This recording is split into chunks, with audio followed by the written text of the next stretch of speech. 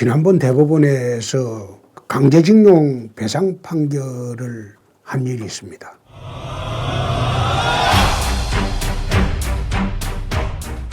그 강제징용 배상 판결에 대해서 일본이 지금 반발을 하면서 경제적 보복 조치를 시작을 했죠. 그렇게 하면서 이제는 우리나라가 굉장히 경제적으로 어려워졌습니다.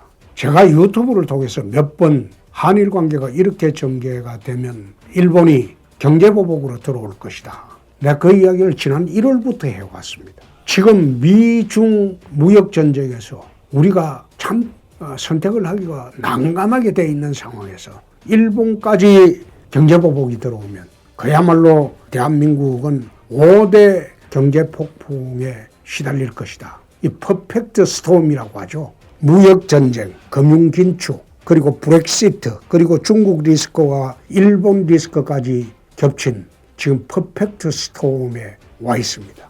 현 정권은 이러한 일본의 움직임에 대해서 NSC까지 열고 국제법을 위반한 정치적 보복으로 규정을 하고 외교적 대응을 하겠다 이렇게 천명을 하고 있습니다만은 참 이걸 보면서 걱정스러운 게 한미일 자유주의 동맹, 지난 70년간 한반도의 안정을 가져다 주었던 한미일 자유주의 가치동맹이 이젠 훼손되기 시작했다.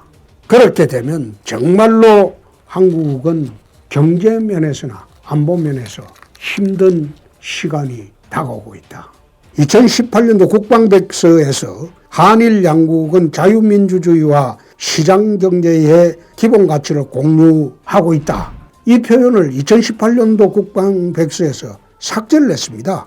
군사교육협력기술 순서도 한일 한중 한대에서 한중 한일 한루로 변경을 했고 또 일본과 북핵 미사일 위협에 협력한다는 이 내용도 우리나라 국방백서에서 삭제를 했다고 합니다.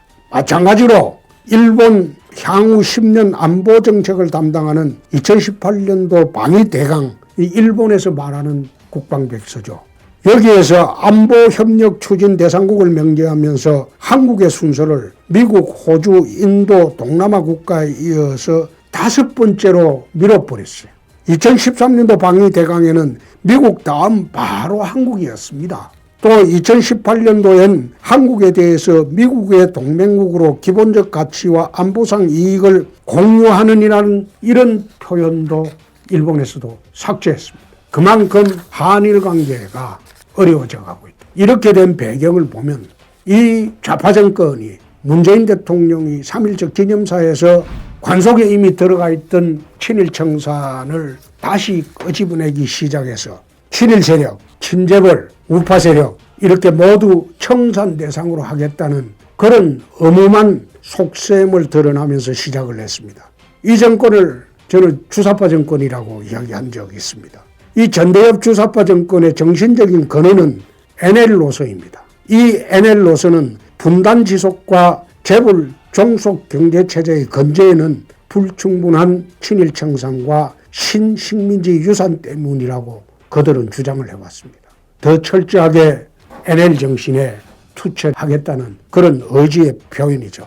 대법원 판결이 이렇게 민감한 외교 현안에 대해서 사법 적극주의를 취한 것은 참 이례적인 일입니다.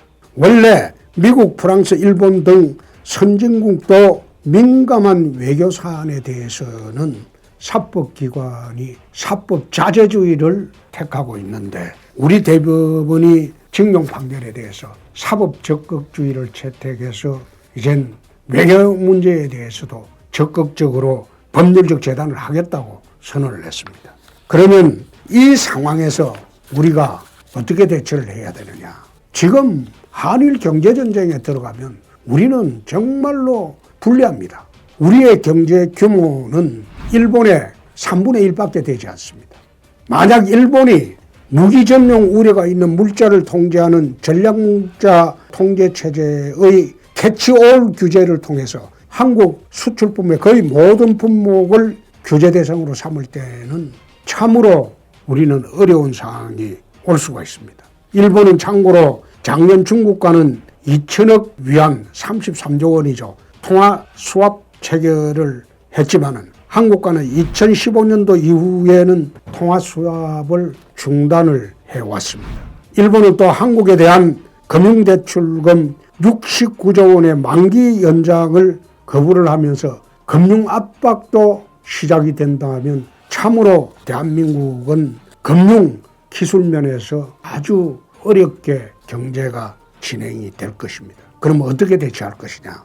국민 경제와 국익을 우선하는 그런 대응이 나는 필요하다고 봅니다. 지금 독도 문제처럼 영토 주권 문제가 아니고 이제는 자유경쟁 체제 시대인데 일본이나 미국이 보호무역주의로 나가는 것 그 자체가 세계 경제 흐름에 맞지 않습니다. 그런데 굳이 왜 일본이 그렇게 하느냐? 그것은 이 정권이 친북 좌파 정권이고 북한에 협력하는 정권이고 또 반일 정권으로 돌아섰기 때문에 한국과 굳이 협력할 필요 없다. 그렇게 된다면 우리가 정말 힘든 세월을 맞이해야 되는데 여기에 대해서 이제 백가쟁명식의 해결이 있지만은 가장 중요한 거 몇 가지만 오늘 이야기를 하겠습니다. 첫 단계로 추가 확전을 막는 냉정한 인내가 필요합니다. 최근에 민주당 일부에서 구한말도 아닌데 어병운동 운운하는 참 기가 막힌 그런 정치인도 있었습니다. 송파의 최재성 의원이죠. 나는 이분이 국제경제를 알고 이런 말씀을 하시는지 참 어이가 없는 그런 말도 하면서 말하자면 반일 정신을 외치고 있는 걸 보고 참 기가 막힌다. 2단계로 다양한 채널의 통상교육 교섭을 통해서 한일 협력을 강화해야 할 때입니다. 지금 국가안보실 2차장으로 가 있는 김현종 이 사람은 통상 전문가입니다. 이럴 때 필요한 사람이죠. 이럴 때 정말 필요한 사람인데 이런 사람이 자기 전문 분야도 아닌 안보실에 가가지고 난 뭐 하려고 이런 사람을 안보실로 보낸지 이해하기 어렵습니다.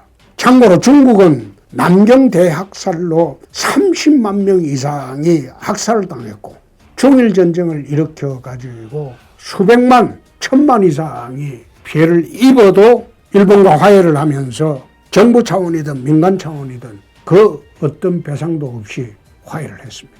일본 징용배상 민간에게 청구권을 인정하는 거 그 사법적 기준으로는 맞습니다. 뭐 유족 보상까지 하면 저도 저희 아버님이 일본 징용을 갔다가 왔으니까 저도 상속인으로 유족 보상을 받을 수 있겠죠. 그렇지만은 미래를 위해서 나는 저희 아버님이 당했던 징용 피해 나는 그거 용서할 용의가 있습니다. 3단계로 한미일 자유주의 동맹 복원을 위해서 총력 외교가 필요한 때입니다. 지금 정부처럼 중국에 기대어서 러시아에 기대어서 북한의 일방적인 구애 활동으로만 북핵을 저지할 수 없습니다. 압박과 핵균형을 통해서 한미일 자유주의 동맹을 통해서 북핵 문제를 해결하고 한미일 자유주의 동맹은 가치 동맹일 뿐만 아니라 경제 동맹이기도 하고 한반도가 지난 70년 동안 경제적인 번영과 평화를 가져오게 한 그런 동맹입니다. 그 한미일 자유주의 동맹을 복원하는데 더욱더 주력해야 할 때가 아닌가 하는 그런 생각을 합니다. 참으로 미국으로부터 외면을 받고 북한으로부터 외면을 받고 중국으로부터 무시당하고 러시아로부터 무시당하고 이제는 일본으로부터도 제재를 당하는 고립무원의 그런 나라가 되어서는 안 됩니다. 문 정권은 정신 똑바로 차려야 합니다.